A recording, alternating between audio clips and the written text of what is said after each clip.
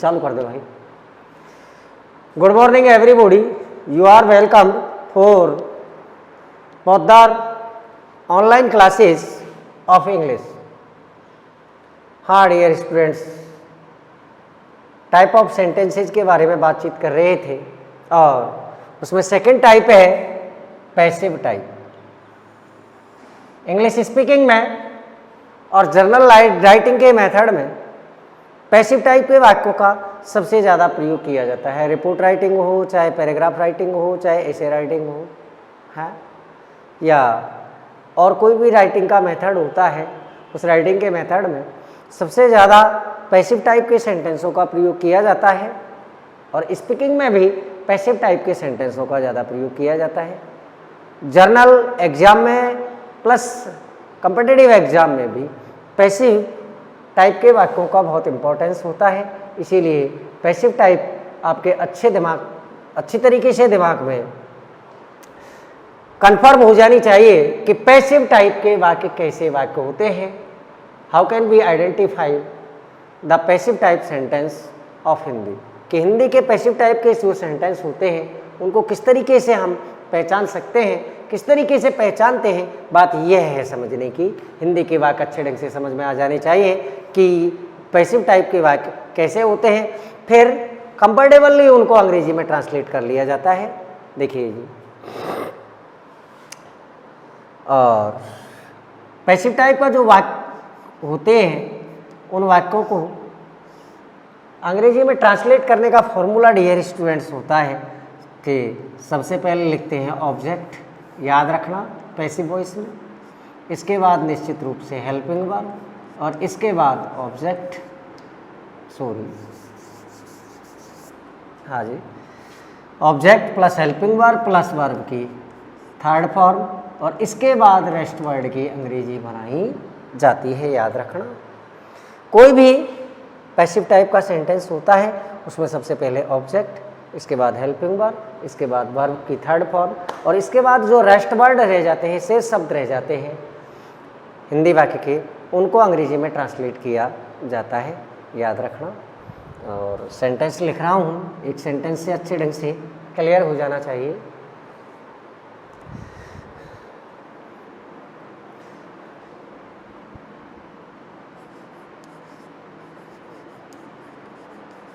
विद्यालय में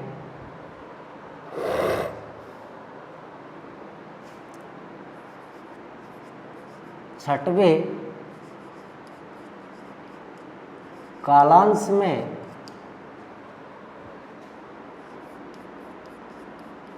प्रतिदिन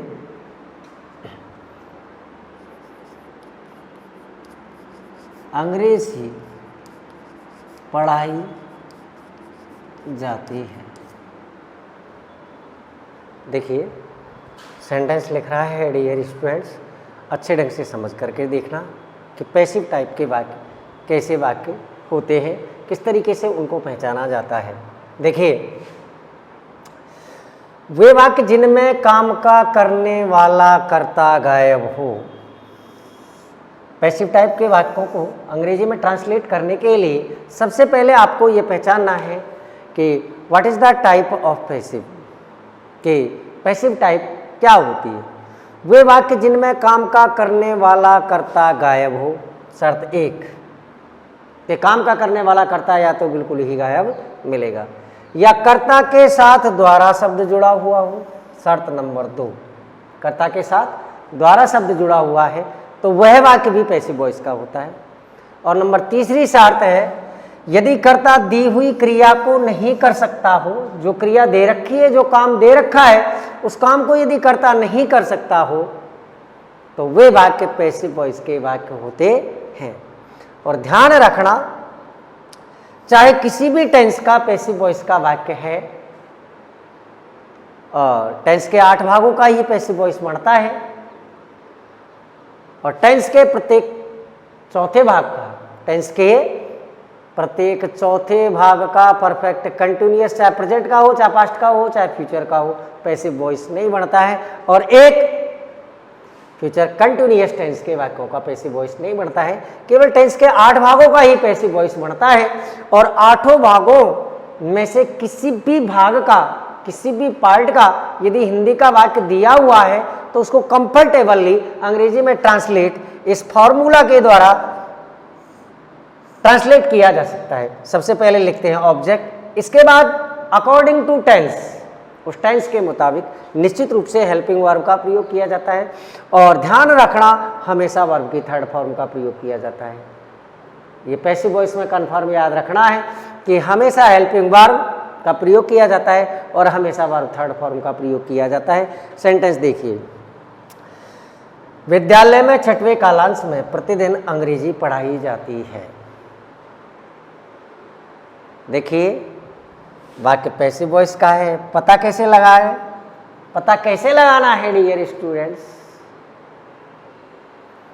पढ़ाने वाला मौजूद नहीं है।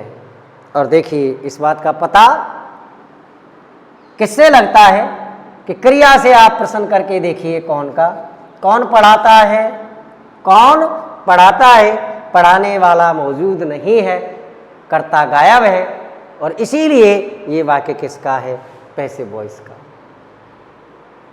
नंबर 1 बात, कर्ता गायब है।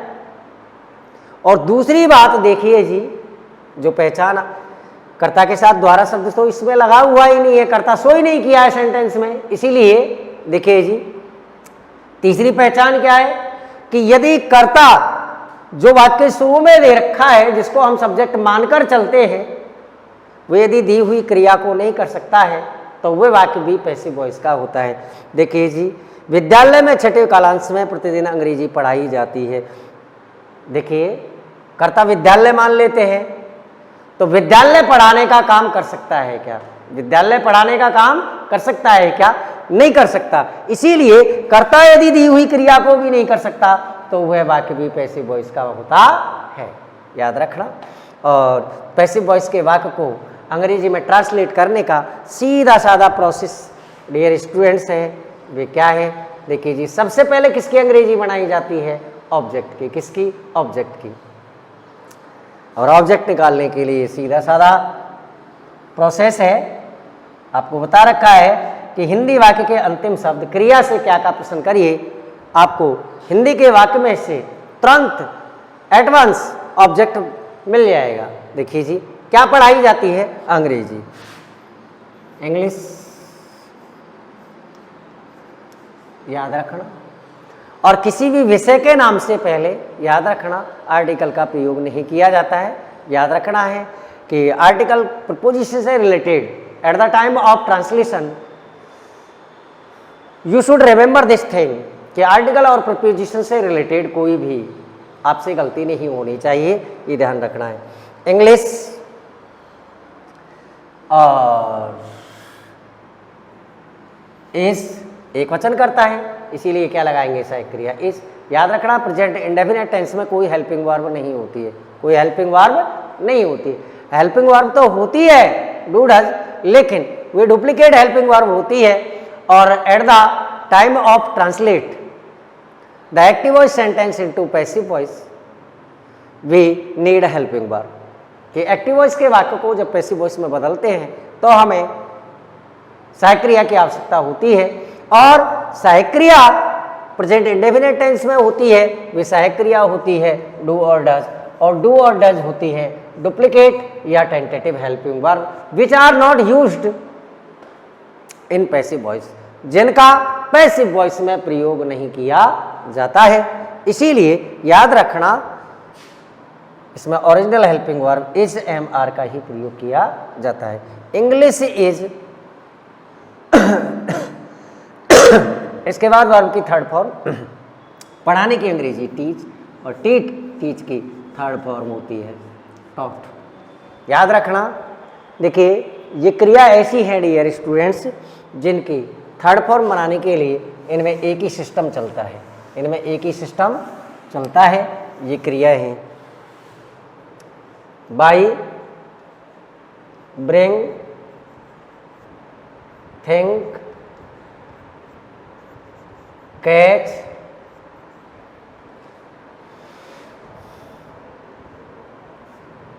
टीच, सीक, याद रखना ये ऐसी क्रिया है जिनकी सेकंड फॉर्म और थर्ड फॉर्म बनाने के लिए, देखिए जी, बाई की बॉट, ब्रिंग की ब्रॉट, थिंक की थॉट, कैच की कॉट, टीच की टॉट और सीख की साउट, जिसका मतलब होता है सीख माने तलाशना, याद रखना।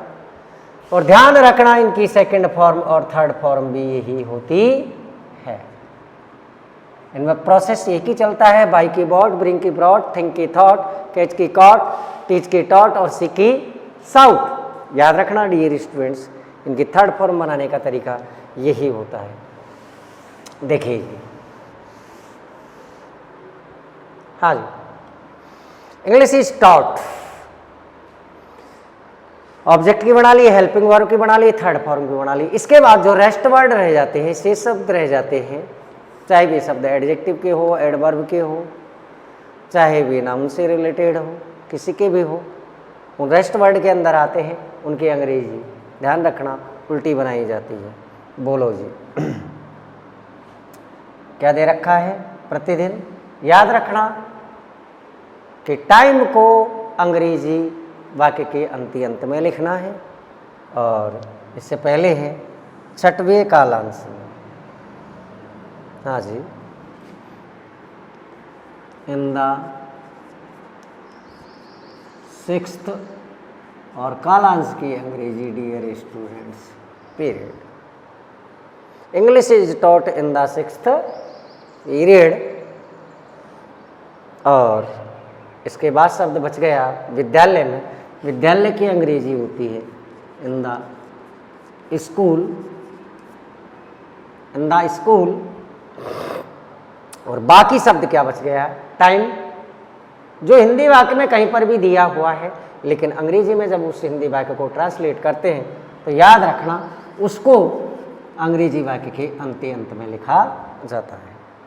English is taught in the sixth period in the school daily, याद रखना। और इससे रिलेटेड मैं 4-5 एक्सरसाइज डियर स्टूडेंट्स आपको लिख रहा हूँ, उनको सॉल्व करा रहा हूँ, आप अच्छी तरीके से समझने की कोशिश करना।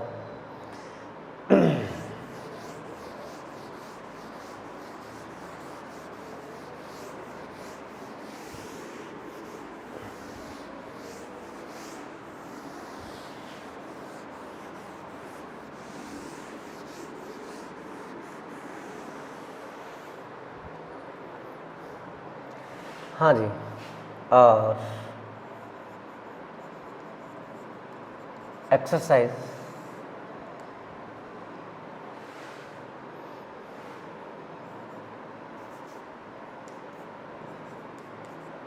भारत में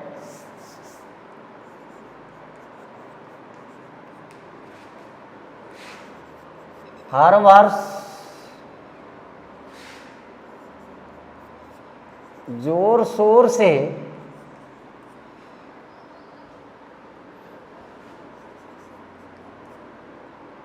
अनेक त्योहार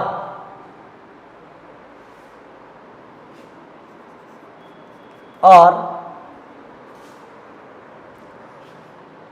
उत्सव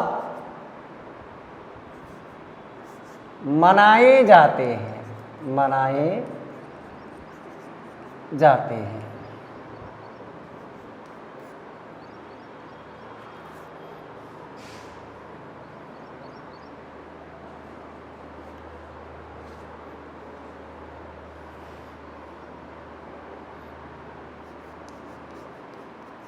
रसोई में माँ के द्वारा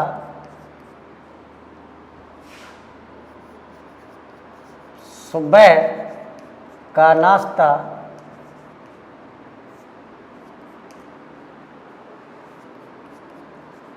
तैयार कर दिया गया है।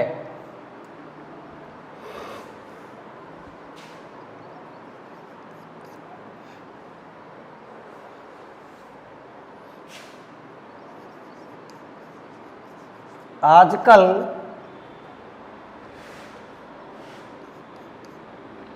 गायों और भैंसों को हरे खेतों में चराया जा रहा है।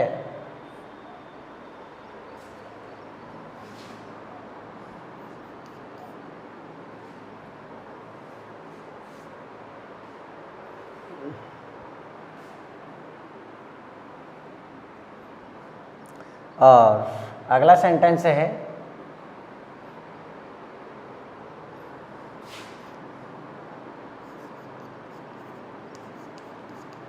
बंदरों के द्वारा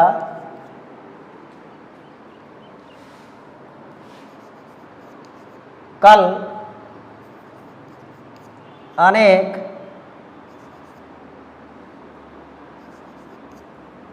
केले और अमरूद खाए गए।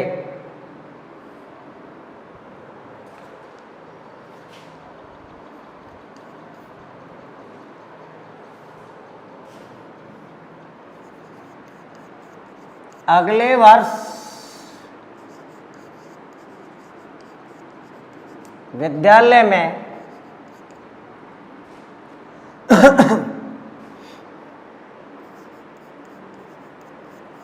वार्षिक उत्सव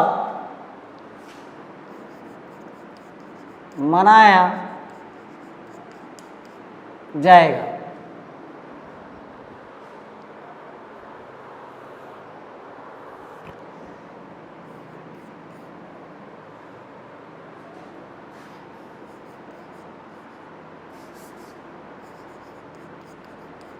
कोरोना वायरस की वजह से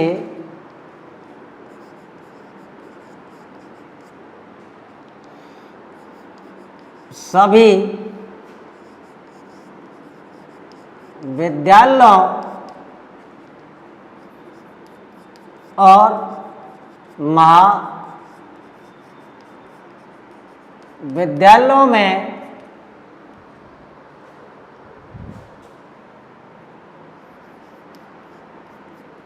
ऑनलाइन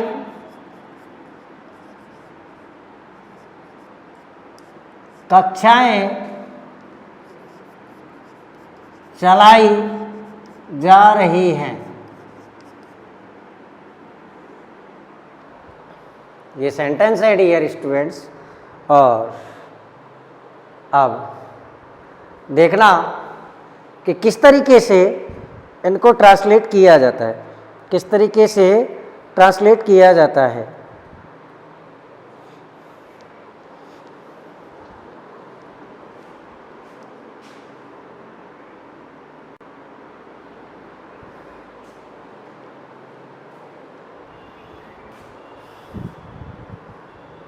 देखिए जी,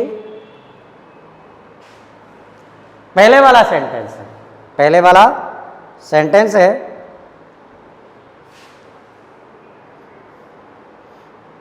भारत में हर वर्ष जोर शोर से अनेक त्योहार मनाए जाते हैं। देखिए किस टाइप से ट्रांसलेट करना है सेंटेंस को। हाँ जी, वाक्य पैसिव वॉइस का है, मनाने वाले मौजूद नहीं है। और फर्स्ट में देखना है कि कौन से टेंस का वाक्य है, प्रेजेंट, ते, present indefinite tense. Present indefinite tense है, कन्फर्म लगाना है, ऑब्जेक्ट इजेमार में से एक प्लस वर्ब की थर्ड फॉर्म। देखिए जी, क्या मनाए जाते हैं, अनेक त्योहार और उत्सव। देखिए जी, मैंने और त्योहारों की अंग्रेजी फेस्टिवल्स, एंड और उत्सव की अंग्रेजी फंक्शन, कार्यक्रम या उत्सव। मैंने फेस्टिवल्स एंड फंक्शन फंक्शंस। और मनाने की अंग्रेजी सेलिब्रेट, और सेलिब्रेट की थर्ड फॉर्म सेलिब्रेटेड। बाकी शब्द क्या बच गया? जोर शोर से, और जोर शोर की अंग्रेजी डियर स्टूडेंट्स होती है with pomp and show. Pomp and show, pomp and show. देखिए जी,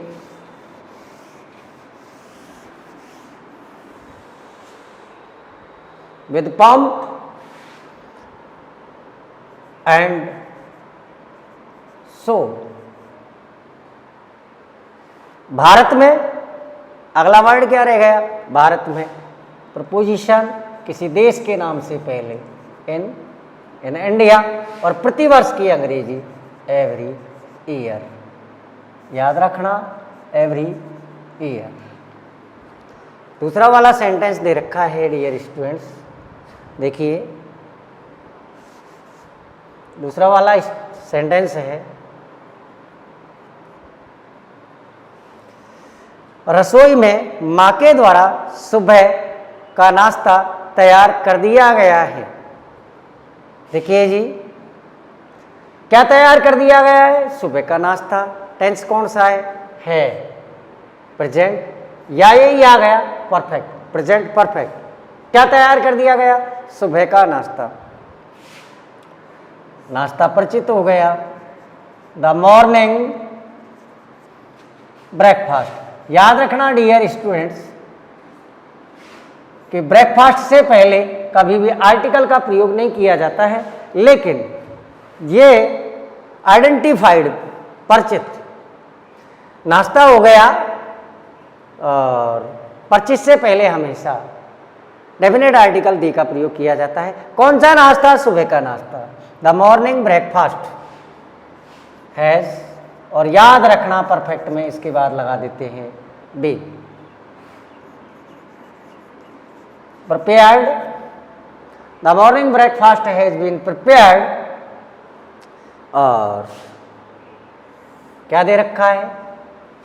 कर्ता के साथ द्वारा लगा हुआ है, तो द्वारा की अंग्रेजी बाई, सब्जेक्ट की अंग्रेजी द मदर।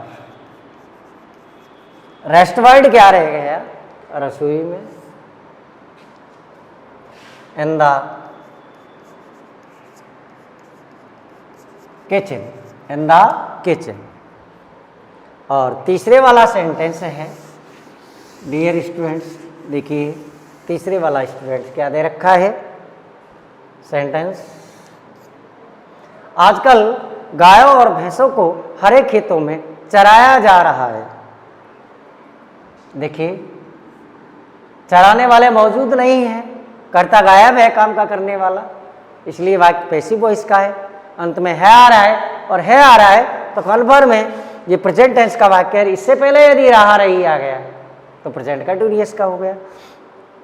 हाँ, क्या चराई जा रही है? गाय और भैंसों को। क्या चराई जा रही है?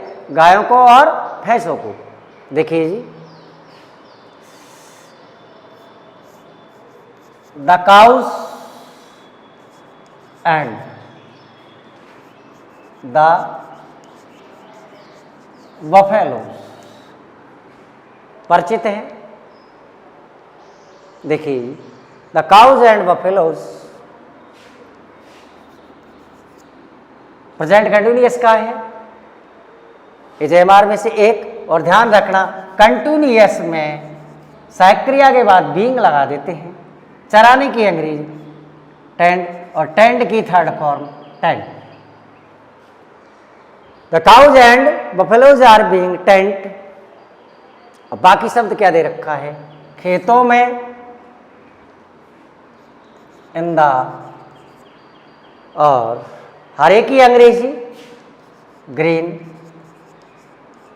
खेतों की अंग्रेजी फील्ड्स, खेतों की अंग्रेजी फील्ड्स। और बाकी सब बच गया आजकल, और आजकल की अंग्रेजी होती है नाउ ए days. आजकल की अंग्रेजी. The cows and buffaloes are being tended in the green fields nowadays. और तीसरा वाला सेंटेंस है डियर स्टूडेंट्स, देखिए तीसरे वाला सेंटेंस क्या दे रखा है. चौथे वाला सेंटेंस, बंदरों के द्वारा कल अनेक केले और अमरूद खाए गए हैं. देखिए many bananas and guavas. Many bananas and guavas are eaten. और ध्यान रखना इसमें कर्ता दे रखा है बंदरों के द्वारा, बाय द खाए गए.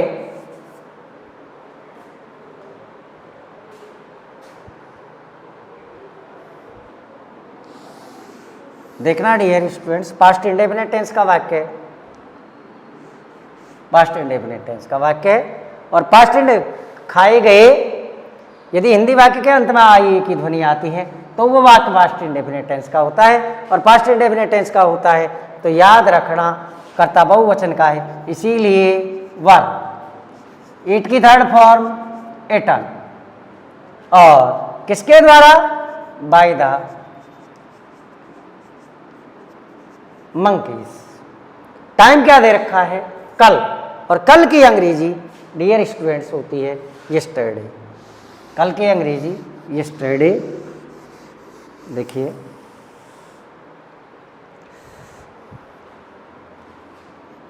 YESTERDAY yesterday. और पांचवा सेंटेंस है डियर स्टूडेंट्स, अगले वर्ष विद्यालय में वार्षिक उत्सव मनाया जाएगा. क्या मनाया जाएगा, वार्षिक उत्सव. The annual function. याद रखना हिंदी वाक्य के अंत में यदि प्योर गागी दे रखा है तो वो टेंस फ्यूचर टेंस होता है, और फ्यूचर टेंस होता है तो इसीलिए याद रखना उसमें वर्ब फ्यूचर टेंस की ही प्रयोग की जाती है. विल, और पैसिव वॉइस में इसके बाद क्या लगाते हैं, साल विल के बाद बी. मनाने की अंग्रेजी celebrated. Celebrated. The annual function will be celebrated विद्यालय में, इन द स्कूल. और अगले वर्ष की होती है द नेक्स्ट ईयर, अगले वर्ष. और याद रखना अब सेंटेंस दे रखा है छठे वाला, देखिए पैसिव वॉइस का वाक्य है, और टेंस देखना है प्रेजेंट कंटिन्यूअस. कोरोना वायरस की वजह से सभी विद्यालयों में और महाविद्यालयों में ऑनलाइन कक्षाएं चलाई जा रही है. देखिए जी क्या चलाई जा रही है, ऑनलाइन क्लासेस आर बीइंग. और याद रखना चलाने की अंग्रेजी, चलाई जा रही है, रखी जा रही है, या तो हेल्ड लिखिए, या स्टार्ट लिखिए, या बिगिन लिखिए, या रन लिखिए. ऑनलाइन क्लासेज आर बीइंग, और रन की थर्ड फॉर्म रन, या ध्यान रखना हेल्ड, दोनों में से कोई सी लगा दीजिए, या बिगिन जिसकी थर्ड फॉर्म होती है began, start started. Online classes are being run या हेल्ड. और रेस्ट वर्ड क्या बच गया, विद्यालयों में और महाविद्यालयों में, सभी विद्यालयों और महाविद्यालयों में, all the schools and college. और किसकी वजह से? कोरोना वायरस की वजह से। ड्यू टू या एस, ड्यू टू या एस, ड्यू टू या एस, याद रखना। ड्यू टू कोरोना वायरस, और आजकल की अंग्रेजी होती है nowadays, nowadays. Online classes are being run या held all the schools and college due to coronavirus nowadays। और डियर स्टूडेंट्स, अब अगली टाइप है B type. B type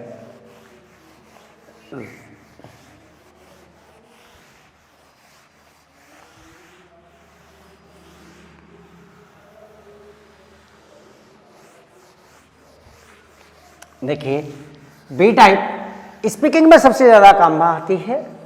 general जो स्पीकिंग की बातें होती हैं, आमतौर पर डेली रूटीन में जो काम आते हैं सेंटेंस, वो सबसे ज़्यादा जो काम में आते हैं वे बी टाइप के सेंटेंस ही होते हैं। इसीलिए अच्छे प्रकार से आपको समझना है थर्ड टाइप को, जो बी टाइप है।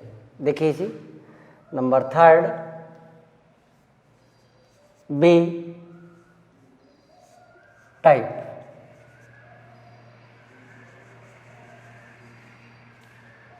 और बी टाइप में याद रखना, आप जानते हैं इसमें 5 सहायक क्रिया छुपी रहती हैं। इज, एम, आर, वॉज और वर, 5 सहायक क्रिया छुपी रहती है। अब समझना है हाउ कैन यू आइडेंटिफाई और know the Hindi sentence of B type, कि बी टाइप के हिंदी के वाक्य को आप किस प्रकार समझ सकते हैं कि ये वाक्य कन्फर्म बी टाइप का है, उसकी क्या पहचान है। देखिए जी, डेफिनेशन है उसकी। वे वाक्य जिनमें क्रिया शब्द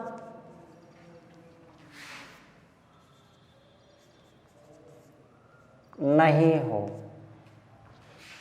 नहीं हो, क्रिया शब्द तो होता है, लेकिन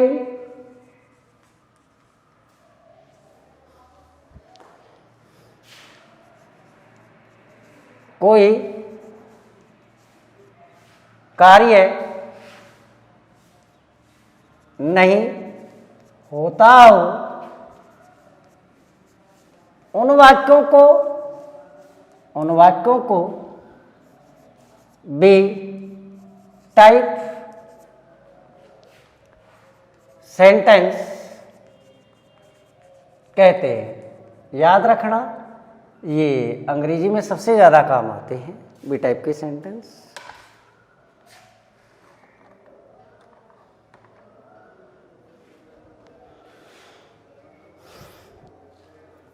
हाँ जी,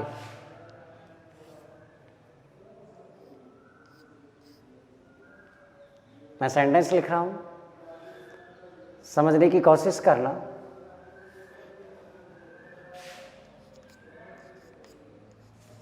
नरेंद्र, इससे पहले फॉर्मूला लिखना है, सूत्र।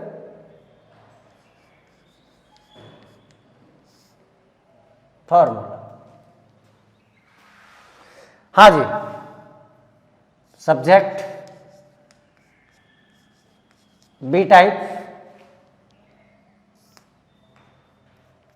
इस am are was one plus adjective या और कोई रेस्ट वर्ड आता है वे।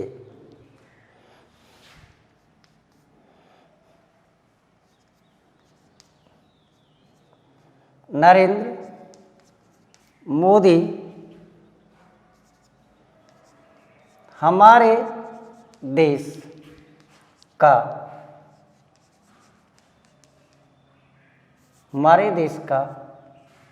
प्रधानमंत्री है।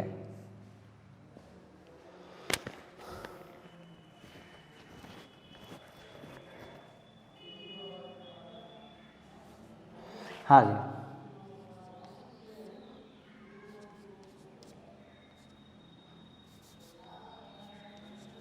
नरेंद्र मोदी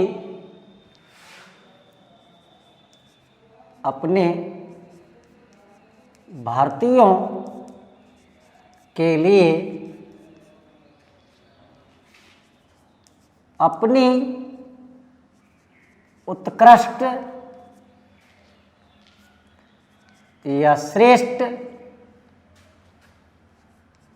सेवा दे रहा है। सेंटेंस 2 है, समझकर देखना कि कौन सा बी टाइप का है और कौन सा टेंस टाइप है, देयर टाइप है या पैसिव टाइप है, ये समझने की बात है। 2 सेंटेंस लिखे हैं मैंने और देखिए आपके अच्छे ढंग से समझ में आ जाना चाहिए कि बी टाइप के वाक्य क्या होते हैं और उनको किस तरीके से पहचाना जाता है। देखिए जी, वे वाक्य जिनमें क्रिया शब्द नहीं होता है, वे वाक्य जिनमें क्रिया शब्द नहीं होता है, क्रिया शब्द तो होता है लेकिन कोई कार्य नहीं होता है, उन वाक्यों को बी टाइप के सेंटेंस कहते हैं। क्रिया शब्द तो होता है लेकिन कोई कार्य नहीं होता है, उन वाक्यों को बी टाइप के सेंटेंस कहते हैं। देखिए जी, नरेंद्र मोदी हमारे देश का प्रधानमंत्री है। बोलो, इसमें कोई काम हो रहा है क्या? सेंटेंस में कोई काम नहीं हो रहा है कि नरेंद्र मोदी हमारे देश के प्रधानमंत्री हैं, इसमें कोई काम नहीं हो रहा है। और वे वाक्य जिनमें कोई कार्य नहीं होता है, जिनमें कोई कार्य नहीं होता है, उन वाक्यों को बी टाइप के वाक्य कहते हैं। सुरेश मेरा सबसे अच्छा मित्र है और पेड़ हमें पर्याप्त मात्रा में ऑक्सीजन, पेड़ पर्याप्त मात्रा में ऑक्सीजन के भंडार हैं, है ना। तो ये वाक्य जिनमें कोई कार्य नहीं हो रहा है, जिनमें कोई कार्य नहीं हो रहा है, और वे वाक्य जिनमें कोई कार्य नहीं होता है, वे वाक्य होते हैं बी टाइप के। और बी टाइप के वाक्यों को बनाने के लिए subject plus be plus is a bar adjective, या इसके अलावा कोई एडवर्ब का शब्द दे रखा हो, एडजेक्टिव का दे रखा हो, या कोई नाउन का दे रखा हो। रेस्ट वर्ड के अंदर जो भी शब्द आते हैं उनकी अंग्रेजी बनाई जाती है। देखिए जी, अध्यापक समय पाबंद, अलग से सेंटेंस देखिए, अध्यापक समय पाबंद, समय पाबंद और कठोर परिश्रमी है, कठोर परिश्रमी है। एक सेंटेंस तो ये है। देखिए जी, बाकी बी टाइप का है, टेस्ट टाइप का है या पैसिव टाइप का है। अध्यापक समय पाबंद और कठोर परिश्रमी है, इसमें कोई कार्य नहीं हो रहा है, और कार्य नहीं हो रहा है इसीलिए ये वाक्य किसका है? बी टाइप का। और दूसरा सेंटेंस है, अध्यापक कक्षा में पढ़ा रहा है। दूसरे वाले वाक्य में किसका काम हो रहा है? पढ़ाने का, और पढ़ाने का काम हो रहा है, इसीलिए ये वाक्य कैसा है? टेंस टाइप वाक्य, जिनमें कोई कार्य होता है, क्रिया शब्द दिया हुआ होता है, या जिन वाक्यों में किसी काम का करना या होना जान पड़ता हो, उन वाक्यों को क्या कहते हैं? Tense type. देखिए जी, इसमें अध्यापक क्या काम कर रहा है? पढ़ाने का, और इसमें कोई काम नहीं कर रहा है, कोई कार्य नहीं हो रहा है, इसीलिए वे वाक्य जिनमें कोई क्रिया शब्द नहीं होता है, कोई कार्य नहीं होता है, उन वाक्यों को बी टाइप वाक्य कहते हैं। और उनका ट्रांसलेट करने का प्रोसेस ये होता है, सब्जेक्ट बी टाइप की वर्ब प्लस इसके बाद में रेस्ट वर्ड में एडजेक्टिव, नाउन या एडवर्ब जो भी शब्द दे रखे हैं उनकी अंग्रेजी बनाई जाती है। देखिए जी, पहले वाला सेंटेंस क्या दे रखा है? अध्यापक समय पाबंद और कठोर परिश्रमी है। द टीचर इज, समय पाबंद की अंग्रेजी PUNCTUAL, पंक्चुअल, एंड दूसरा एडजेक्टिव वर्ड क्या दे रखा है? कठिन परिश्रमी, हार्ड वर्कर। और दूसरा वाला सेंटेंस है, अध्यापक कक्षा में पढ़ा रहा है। देखिए जी, द टीचर इज, और काम क्या हो रहा है? पढ़ाने का, टीचिंग इन द क्लास। तो याद रखना, दूसरे वाले वाक्य में कार्य हो रहा है, और जिस वाक्य में कोई कार्य होता है वे वाक्य है जो टेंस टाइप वाक्य होता है, और वे वाक्य जिनमें कोई कार्य नहीं होता है उन वाक्यों को कहते हैं बी टाइप के वाक्य, जिनमें कोई क्रिया शब्द नहीं दिया हुआ होता है। क्रिया शब्द तो दिया होता है लेकिन कोई कार्य नहीं होता है, वे वाक्य बी टाइप के वाक्य होते हैं। हाँ जी, देखिए, नरेंद्र मोदी हमारे देश का प्रधानमंत्री है। पहले वाला सेंटेंस है NDRA, Narendra Modi is the prime minister of our country. Narendra Modi हमारे देश का प्रधानमंत्री है। इस वाक्य में कोई कार्य नहीं हो रहा है, और कार्य नहीं हो रहा है इसीलिए ये वाक्य है बी टाइप का वाक्य, पहले वाला वाक्य। देखिए, दूसरे वाले वाक्य को, ये बी टाइप का वाक्य नहीं है, दूसरा वाला ये है टेंस टाइप। डियर स्टूडेंट्स, याद रखना, जिसमें काम क्या हो रहा है? सेवा देने का, सेवा करने का कार्य हो रहा है, सेवा देने का या सेवा करने का, इसीलिए यह वाक्य दूसरा वाला है जो टेंस टाइप है। तो वे वाक्य जिनमें कोई कार्य नहीं होता है, काम नहीं होता है, वे वाक्य बी टाइप के, और जिनमें कोई कार्य होता है वे वाक्य होते हैं टेंस टाइप के। नरेंद्र मोदी अपने भारतीयों के लिए अपनी उत्कृष्ट सेवा दे रहा है। दूसरे वाला सेंटेंस को देखिए, जो टेंस टाइप है, जिसमें काम हो रहा है सेवा देने का। Narendra Modi is giving his best, श्रेष्ठ सेवा की अंग्रेजी बेस्ट, या एक्सीलेंट, और सेवा की अंग्रेजी service. Narendra Modi is giving his best या एक्सीलेंट सर्विस, किसके लिए दे रहा है? अपने भारतीयों के लिए। गिविंग हिज बेस्ट और एक्सीलेंट सर्विस फॉर हिज, भारतीयों के लिए, इंडियन, भारतीयों के लिए, इंडियंस।